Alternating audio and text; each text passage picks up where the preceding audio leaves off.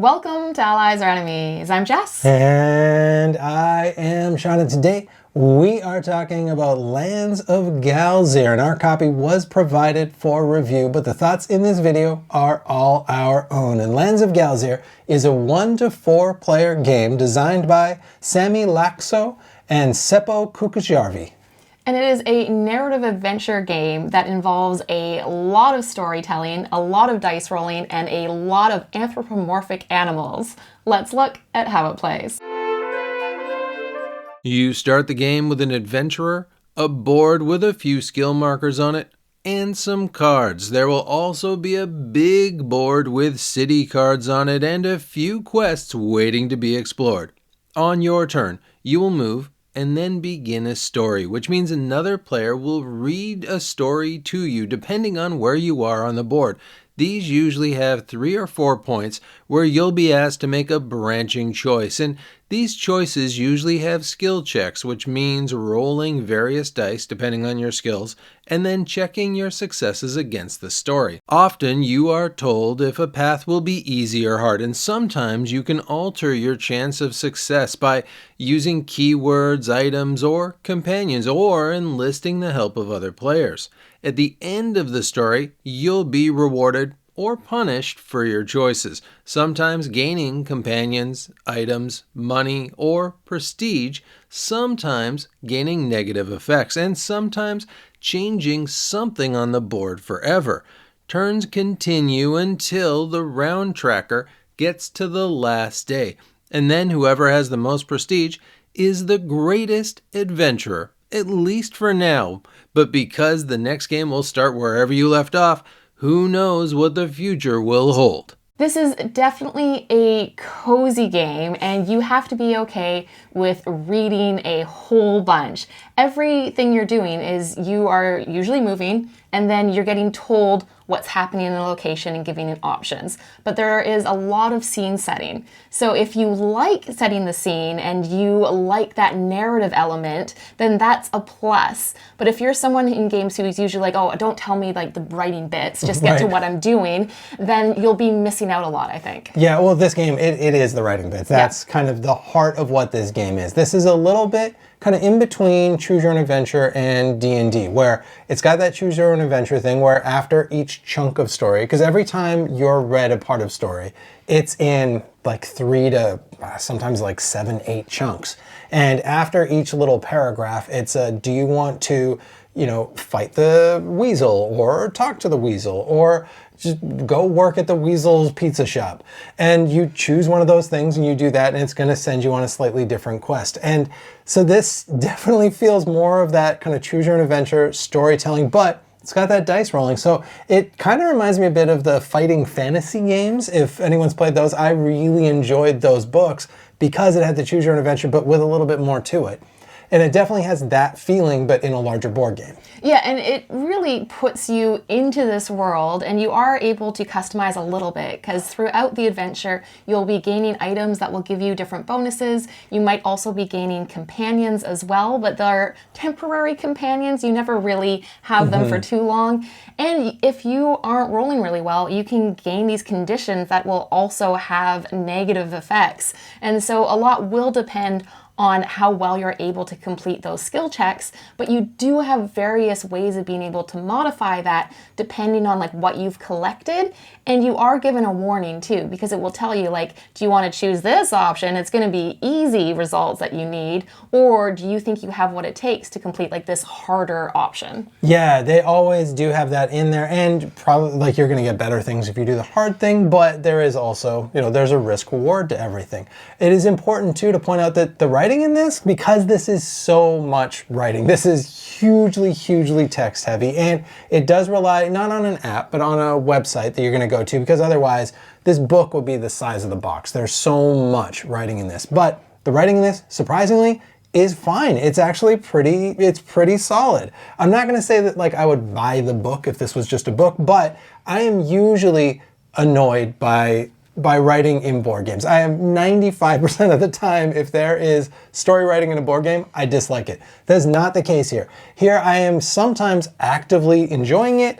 I am often perfectly fine with it. there has not been a time yet where I have like rolled my eyes at it or been upset at it. And for me, that is very high praise. Yeah, I like that you say like most of the time it's okay, but that is really like for you because because for me, like I really like narrative. Whenever we have games that have it, Sean's always like, you can read the narrative because I like getting that backstory. So I've been really enjoying the writing, and that's a really key part of it, and the storytelling. And one of the things that you are doing is you are collecting these quests. And often in the game, it's like a multi-part quest where you do the first part, and then doing that first part gives you another part. And so I like that there is a little bit of ongoingness. I mean, it kind of peters out after 2 or 3, like it's not going to be forever, but it is nice that it's not just like a one and done.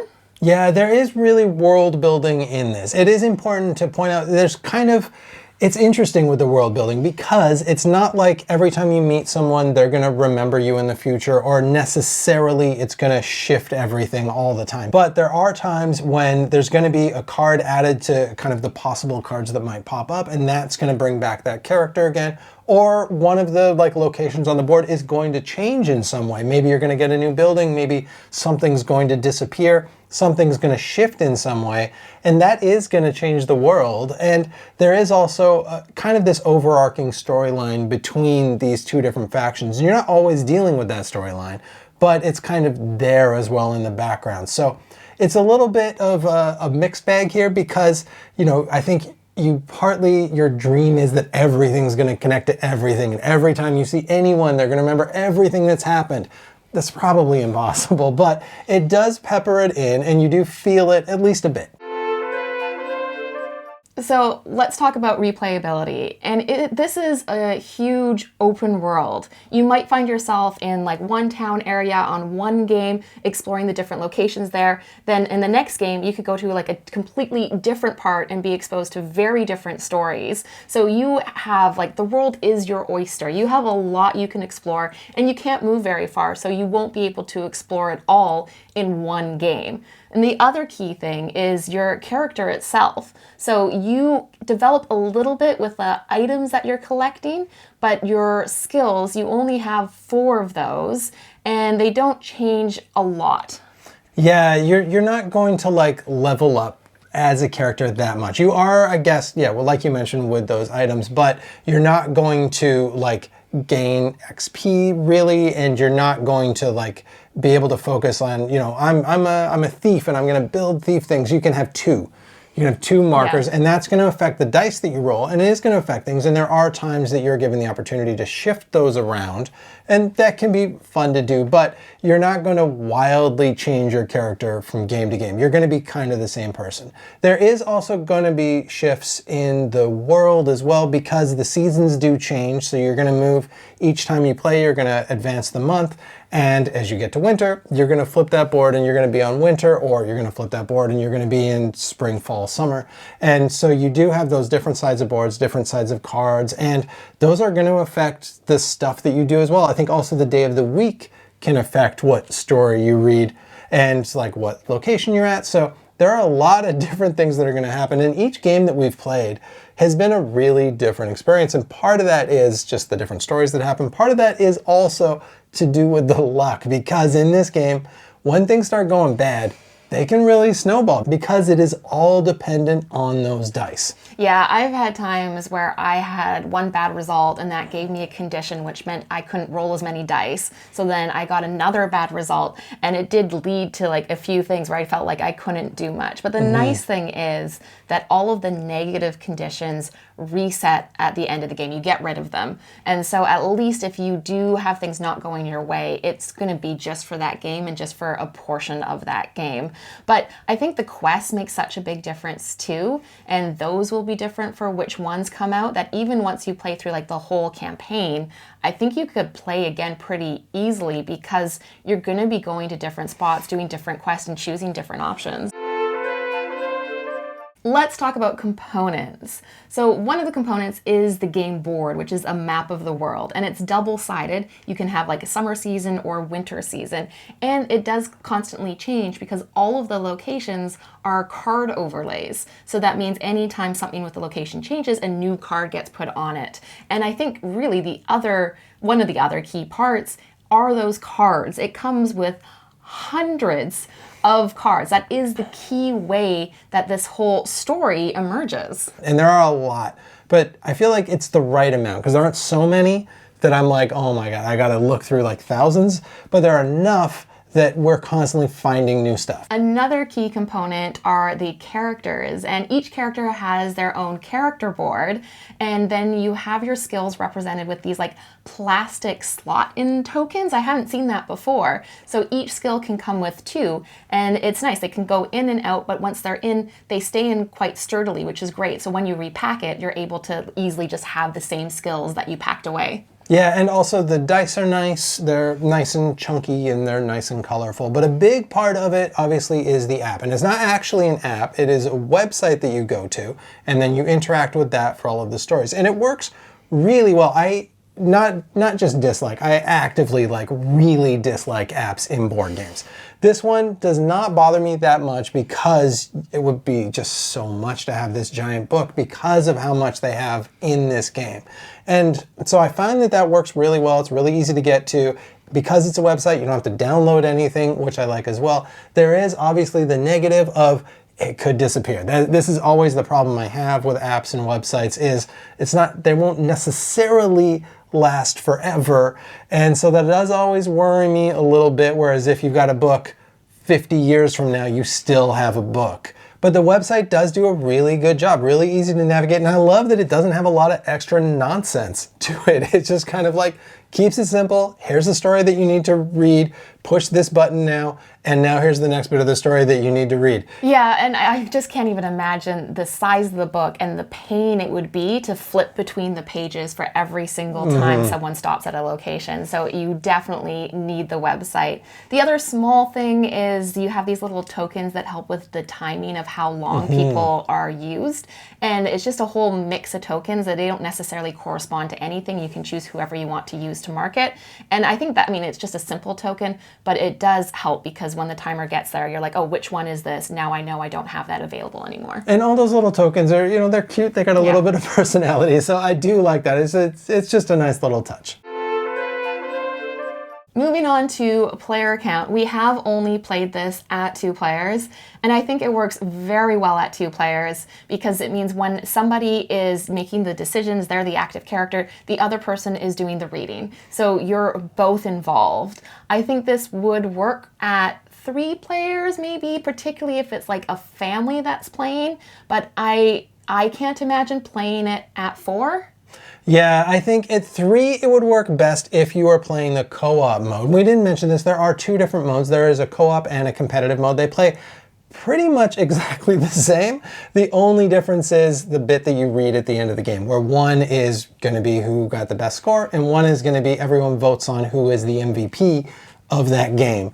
And so you're just deciding, and then you're just going to read a little paragraph. But in both modes, you actually can choose to work together if you want. But I think at 3 players, if you are playing the co-op style, and if you have 2 of those players working together, one of those players reading, that is going to work just fine. But you're right, at 4 players, if you're reading and then you're waiting and then you're waiting and then you're playing and then you're reading, those 2 waiting turns are going to be a little bit much because a turn in this can take, a good 5-6 minutes sometimes, depending on how much story you get. And it plays solo, and I think it would work totally fine solo. You would just be the one doing the reading. And if you're a solo player, I think this lends itself really well to that because you're exploring the world.